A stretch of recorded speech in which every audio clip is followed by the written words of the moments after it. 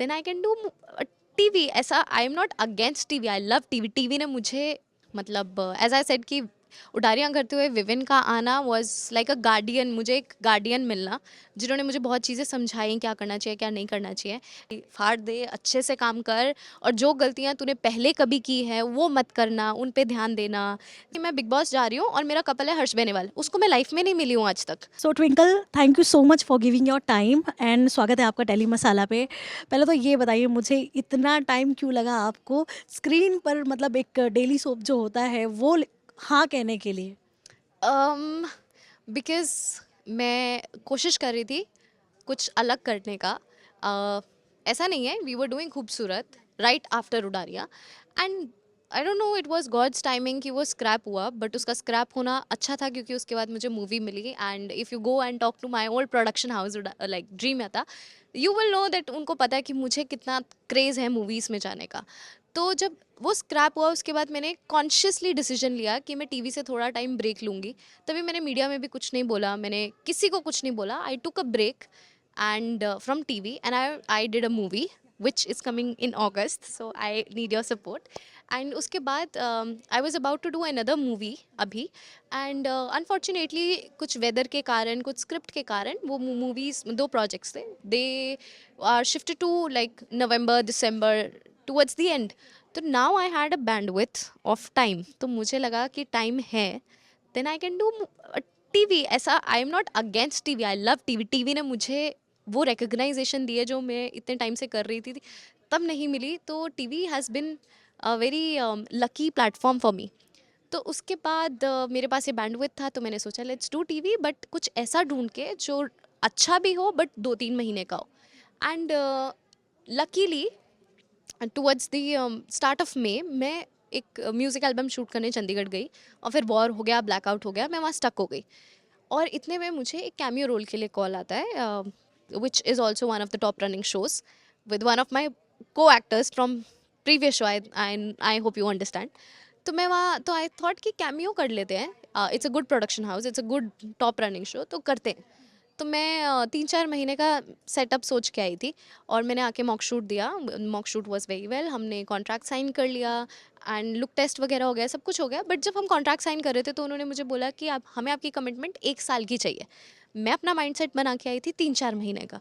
फिर वहाँ जब बैठे हुए थे तो मैंने बोला चल कर ले, 1 साल का कर ले। एंड आई थिंक मेरा सिर्फ माइंडसेट बनाने के लिए वो पूरी चीज़ हुई, क्योंकि जैसे ही मैंने वो माइंडसेट बनाया, अगले दिन उन्होंने बोला कि चैनल ने कैरेक्टर थोड़ा ट्विक कर दिया है and you are looking younger to the kind of character we want.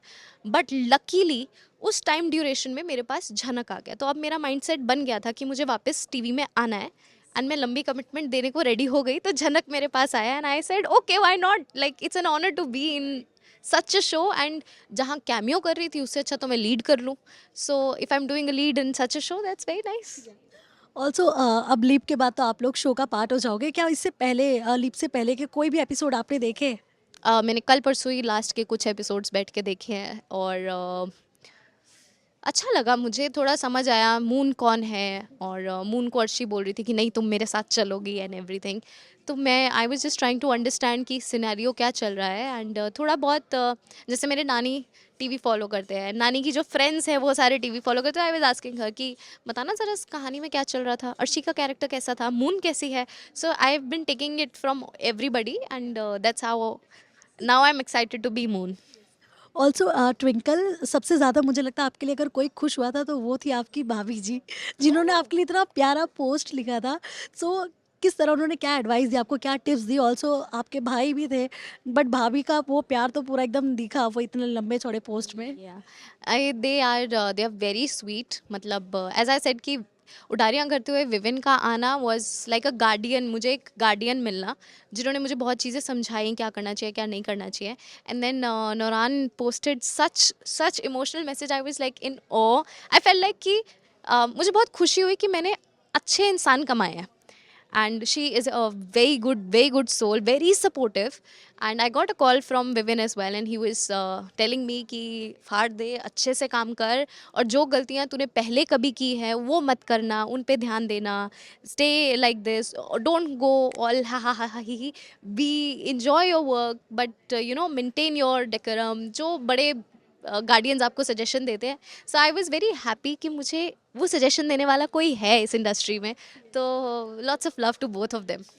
Also Twinkle, जब शो मतलब टीआरपी में रहता है एंड लीप के बाद आप ज्वाइन करते हो ना कहीं प्रेशर तो रहता है, बट कहीं ना ट्रोल्स को भी झेलना पड़ता है. सो उन चीज़ों के लिए कितने रेडी हो? बिकॉज जो हिबा के फैंस होंगे और भी सारे फैंस होंगे, वो सबके तो चालू सब हो आए. चुके हैं, चालू हो चुके हैं. मतलब मुझे ऐसा लगता है कि सोशल मीडिया पे अलग वॉर चलता है.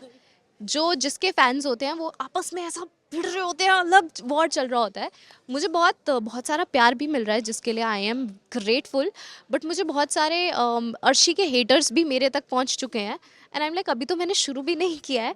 I just want to give a message कि चाहे वो अर्शी है, चाहे वो कोई और है, सब अपना किरदार निभा रहे हैं जो किरदार लिखा आता है. तो I think you should see an actor as an actor and not as the character they are playing.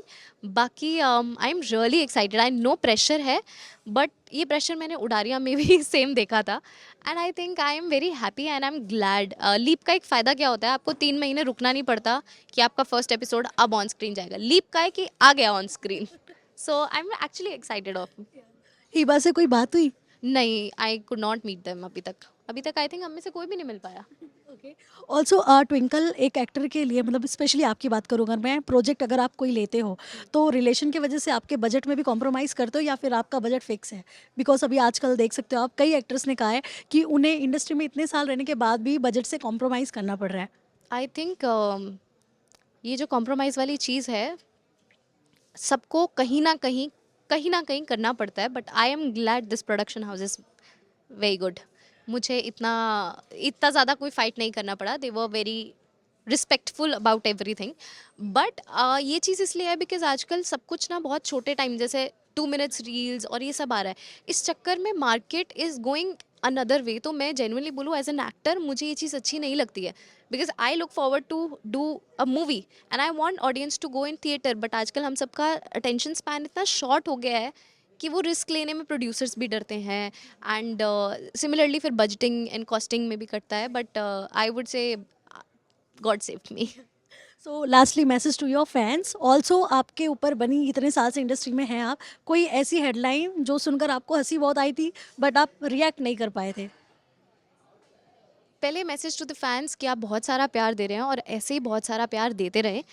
मैं पहले बता दूं, नेहमत जितना स्वीट एंड सॉफ्ट कैरेक्टर था, ये थोड़ा डिफरेंट है. तो I hope as an actor आप मुझे जज करें और एज एन एक्टर आप मुझे बहुत सारा प्यार दें.